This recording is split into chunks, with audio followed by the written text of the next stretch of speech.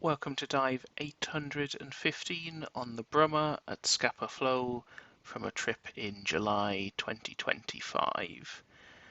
This was a Clidive trip diving from the Huskyan dive boat. As we went down the shot line, there was a lion's mane jellyfish just there waiting for us, and then we headed off towards the stern. Now, visibility here was not great, sort of indicating our divers had been here before us, but as we continued it did improve. So we're swimming over the deck of the vessel here, which is starting to collapse with the vessel on its starboard side. Schools of fish here, which there was quite a lot of on this wreck. And then we managed to find one of the 5.9-inch main guns pointing towards the stern. This one was hidden under some collapsed hull.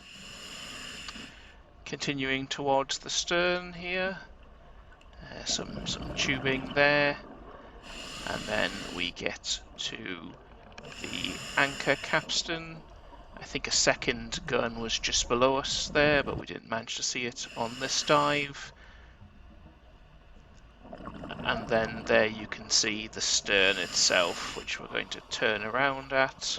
And you can see my dive buddy Dan illuminating it there with his torch. Next we started to head back on ourselves towards where we started. This is quite a broken up area. I think lots of salvage activity went on here, so it's all a bit jumbled up.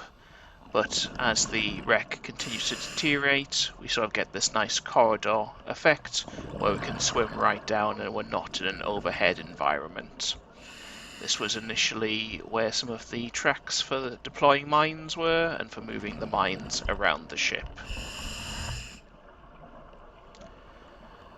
One of the sort of openings into the hull there, and we can see some gears and machinery. I think that is something to do with the steering mechanism.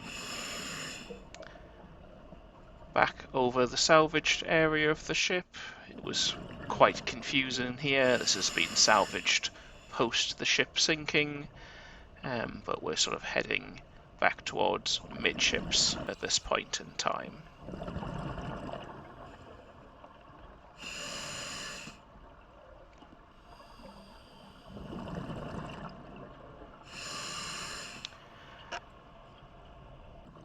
And around here we're back to where the shot line was, so at midships and starting to head forward.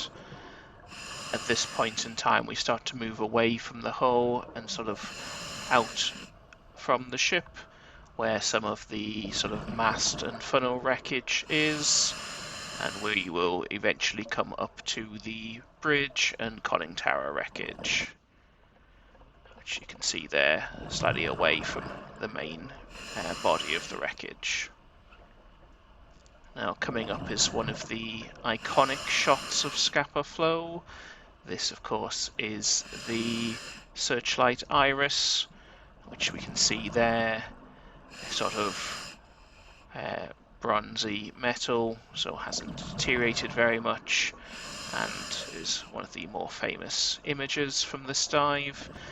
And then continuing forward from that, we get the remains of the spotting tower, and underneath this is the compass binnacle, so this held the sort of compass of the navigation gear.